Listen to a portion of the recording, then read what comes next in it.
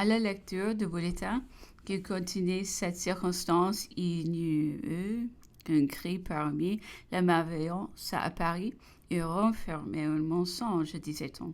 C'était l'empereur lui-même qui avait ordonné l'explosion pour sauver sa personne aux dépens du reste de l'armée.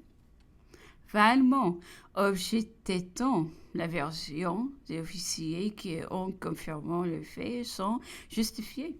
On répliquait que c'était un nouveau mensonge, bien une complaisance à un jeu joué de la part de l'officier. Tel était le langage du temps. L'on a vu plus haut des déceptions de l'Autriche, sa duplicité, sa mauvaise foi, les nombreuses contradictions entre ses actes et ses paroles. C'est qu'oublions la générosité dont elle avait été l'objet après l'aube. Austerlitz et Wagram. Elle s'acquittait selon les maximes de la politique et on saisissait avidement l'occasion de réparer ses pertes à tout prix. On a eu que nous a perdu en nous faisant consentir à l'armistice de Pleiswitz. Et sa conduite était d'autant plus odieuse qu'elle était déjà décidée à nous faire la guerre et qu'à peu de jours de là, son cabinet, bien que toujours notre ami, notre allié, et s'offrant peu médiateur, prenait des engagements contre nous. On sait à présent son accession aux conventions de Reichenbach vers le milieu de juin et sa participation aux conférences de Trachtenberg au commencement de juillet, la nécessité d'une certaine pudeur fit tenir des choses secrètes.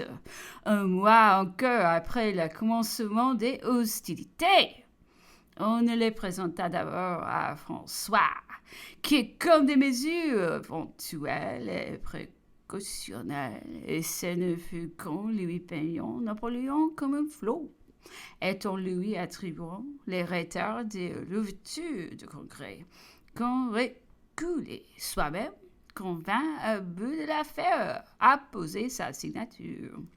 Telle fut la conduite de l'Autriche, et Napoléon pourtant ne cessa d'entretenir l'arrière-espérance de la voir revenir à lui, non qu'il peut compter sur aucun précédé, mais parce qu'il a supposé assez clairvoyante sur ses véritables intérêts.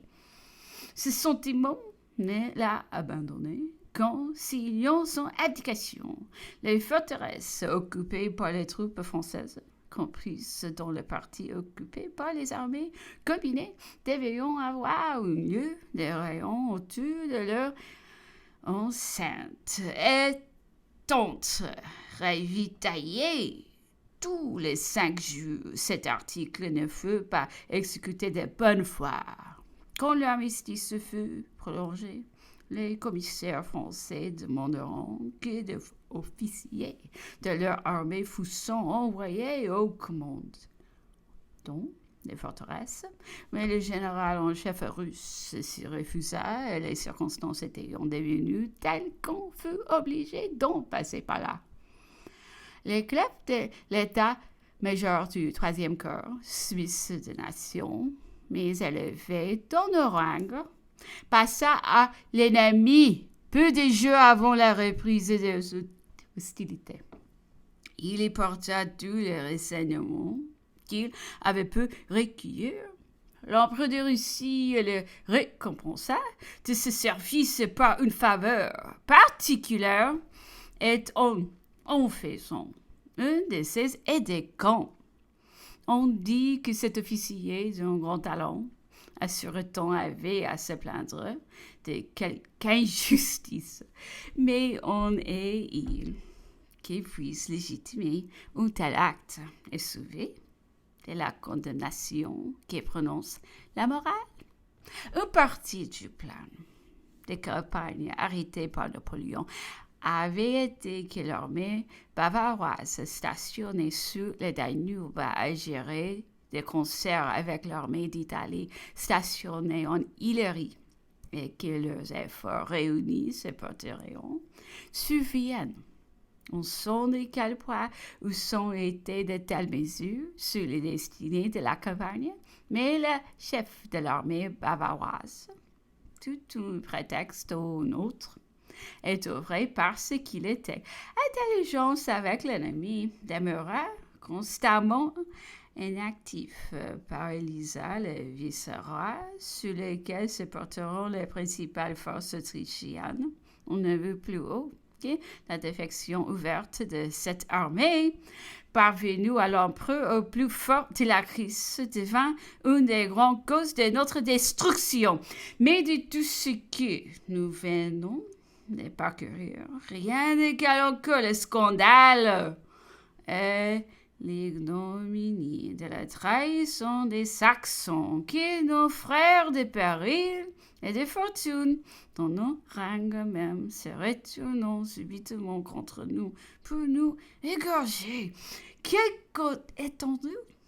Qui était le dommage qu'ils nous ont causé? Leur honte demeure encore plus grand que tout le mal qu'ils nous ont fait.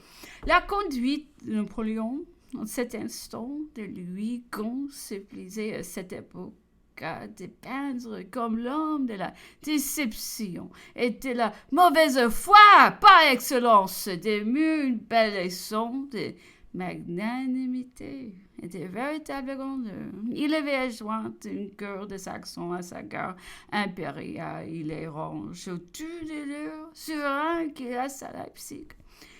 Les dégagions de tous ses engagements vis-à-vis de lui, il se trouvait encore des Bavarois dans son armée, et-il fait écrire à leur chef que la Bavière venant de lui déclarer déloyalement la guerre. Cette circonstance a duré à les désarmer et à les retenir prisonniers de guerre, mais que de tels actes sont contraires à la confiance que Napoléon veut que les troupes à ses ordres aient en lui. Et il leur fait donner des vivres et les renvoie.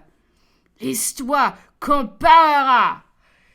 J'ai sous les yeux des notes d'un officier très distingué relatives à la capitulation de Dresde, énumérant tout ce que nous avions laissé dans les places dont nous demeurions séparés.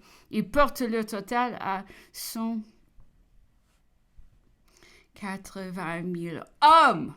L'empereur n'en avait que 157 000 à Leipzig, et quelle différence dans nos destinées si cette masse où seulement une partie se fut trouvée sous sa main dans ces événements décisifs. Mais les circonstances forcées et non un système suivi avaient aliéné cette malheureuse dispersion. Voici ce que je trouve littéralement dans ces notes touchant la violation de la capitulation de Dresde.